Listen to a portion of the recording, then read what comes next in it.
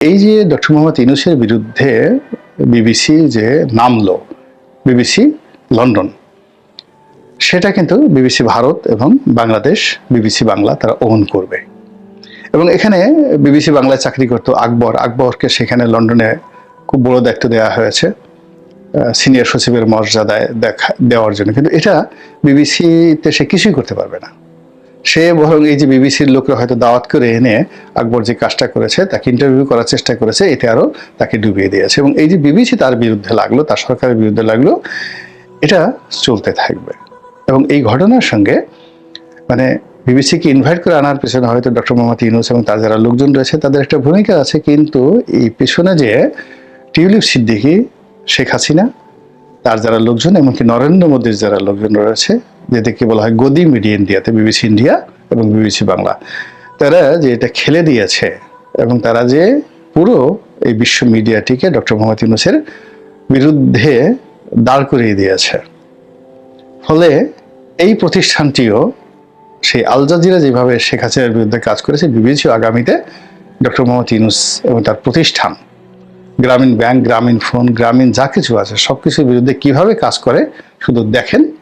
Iran এবং ইসরায়েলের যে যুদ্ধ, সেই যুদ্ধের যে চালচিত্র, সেই চালচিত্র সারা পৃথিবীকে দুই ভাগে বিভক্ত করে ফেলেছে। এক পক্ষ ইসরায়েলকে ভয় পাচ্ছে এবং আশঙ্কা করছে ইরান শেষ হয়ে যাবে, আর আবেগ নির্ভর একটা জাতি, একটা সম্প্রদায়, শান্তিপ্রিয় মানুষ, তারা কায়মনে বাক্যে যুদ্ধের অবসান চাচ্ছে। আরেকটি গ্রুপ, তারা চাচ্ছে ইরান বিজয়ী হোক।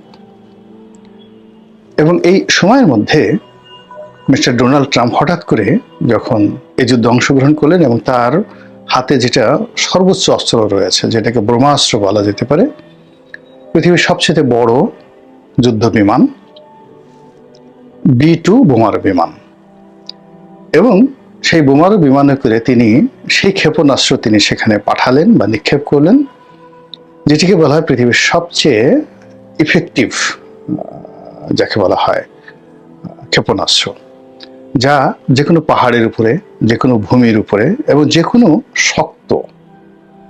কোনো শক্ত বিষয়ের উপরে, মানে শক্ত মানে রক যাকে বলা হয়, পাথর, সেই পাথরের উপরেও যদি আপনি সেই ক্ষেপণাস্ত্র নিক্ষেপ করেন, তো সেটা ঘুরে ঘুরে ঘুরে ঘুরে 300 মিটার পর্যন্ত গভীরে ঢুকে যেতে পারে।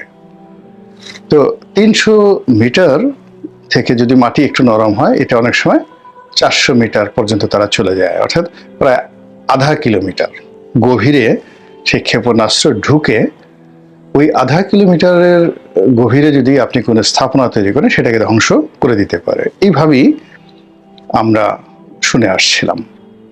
তো সেই বোমারু বিমান এবং সেই বোমা, ক্ষেপণাস্ত্রের মাধ্যমে সেই বোমা ইরানের 3টি জায়গাতে, 3টি পরমাণু কেন্দ্রে নিক্ষেপ করা হয়েছে। ইরান বলছে আমাদের কিছুই হয়নি, আমেরিকা বলছে সব শেষ হয়ে গেছে। তো এগুলো নিয়ে যখন আলাপ আলোচনা হচ্ছে এবং সবার যখন মন খারাপ, তখন আজকের যে বিষয়টি, এই বিষয়টি এর সঙ্গে বেমানান। এই কারণ হলো এটা অনেকটা স্যাটায়ার মূলক এবং এটি পুরনো একটা বিষয় এবং বাংলাদেশের বিষয়। লন্ডন যখন গিয়েছিলেন ডক্টর মোহাম্মদ ইউনূস, তো সেই সময় তিনি বিবিসির সঙ্গে একটা সাক্ষাৎকার দিয়েছিলেন এবং সেই সাক্ষাৎকারে তিনি যেভাবে নাস্তানাবুদ হয়েছেন এবং সেখানে অনেকগুলো বিষয় বিবিসির সাংবাদিক তার মুখ থেকে বের করে নিয়ে এসেছেন, সেই বিষয়গুলো এখন পুরনো হয়ে গেছে এবং অনেকে বিবিসির সঙ্গে তার সেই সাক্ষাৎকার নিয়ে দেশের ভিতরে তেমন কেউ করেনি, তবে দেশের বাইরে অনেক ইউটিউবার, কন্টেন্ট ক্রিয়েটর ভীষণ রকম ডক্টর মোহাম্মদ ইউনূসকে খোঁচা দিয়ে, অপমান করে যা মুখে আসে তাই বলেছেন। তো আমি ভাবছিলাম যে এই বিষয়টা নিয়ে একটা ভিডিও করব কি করব না, এটা তো অনেক পুরনো একটা বিষয়, কিন্তু আমার কাছে মনে হলো যে এখানে এমন কিছু ঘটনা ঘটেছে, এমন কিছু কথা ডক্টর মোহাম্মদ ইউনূস বলেছেন, এমন কিছু প্রশ্ন বিবিসি করেছে যেটা আগামী 50 বছর পরেও আলোচিত হতে পারে।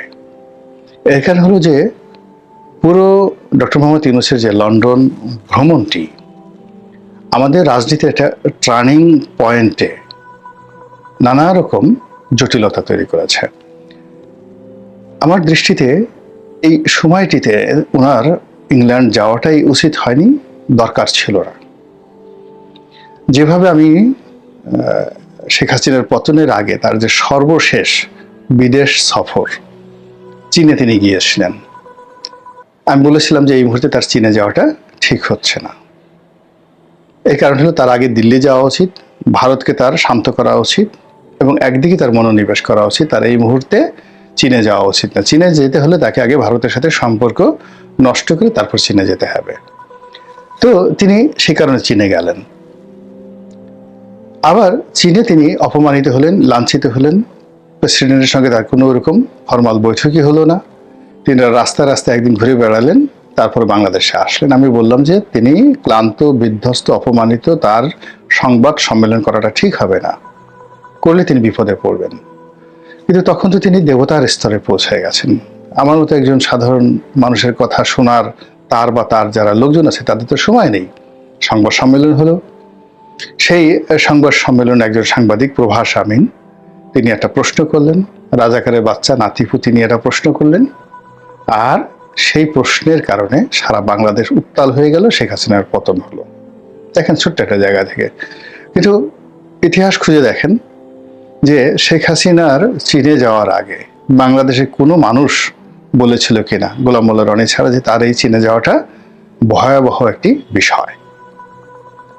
তারপরে তিনি ফিরে আসার পরে ইজ দেয়ার এনিবডি, কেউ বলেছিল যে তার যে পরাজয় চীনে ঘটেছে এটাকে ধামাচাপা দেওয়ার জন্য তার কয়েকদিন নীরব থাকা উচিত, সংবাদ সম্মেলন তিনি যে এসে মেলা মেলান অনুগত সাংবাদিকদেরকে নিয়ে, এই মেলা মিলানোটা তার ঠিক হবে না, কিন্তু তিনি সেই কাজটি করেছিলেন।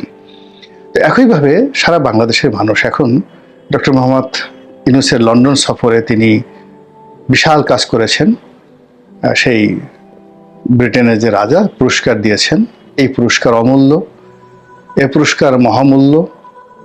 এই পুরস্কার পেয়ে তিনি নিজে ধন্য হয়েছেন, জাতিকে ধন্য করেছেন। এবং অনেকে বলার চেষ্টা করেছেন যে তিনি ব্রিটেনের যে রাজা চার্লস, তার চেয়ে এত মহান আমাদের ডক্টর মোহাম্মদ ইউনূস যে রাজা তাকে পুরস্কৃত করে রাজা নিজে সম্মানিত হয়েছেন। রাজা যাবে, রাজা আসবে, কিন্তু ইউনূস তো দ্বিতীয়বার পয়দা হবে না, এরকম তেলবাজি। তারপর ডক্টর মোহাম্মদ ইউনূসের সঙ্গে তারেক রহমান সাহেবের বৈঠক, এটা নিয়ে দুই গ্রুপে, ইউনূস গ্রুপ ভার্সেস বিএনপি যারা লোকজন সমানে তালি বাজিয়ে যাচ্ছে। এর সাথে মেঘনা কাটা আর হতে পারে না। বাংলাদেশের ইতিহাসে একটা মাইল ফলক তৈরি হলো, এই দুই নেতা বৈঠক করলেন। সারা বাংলাদেশে মানে আগামীতে বসন্ত আসবে, গাছে গাছে ফুল ফুটবে, ফল হবে, কোকিল, দোয়েল, শালিক, ময়না, টিয়া পাখিতে সারা বাংলাদেশ ভরে যাবে। এইরকম স্বপ্নে যখন বিভোর, তখন আমি প্রথম থেকে বলে আসছি যে ওনার ইংল্যান্ডে যাওয়া ঠিক হয়নি।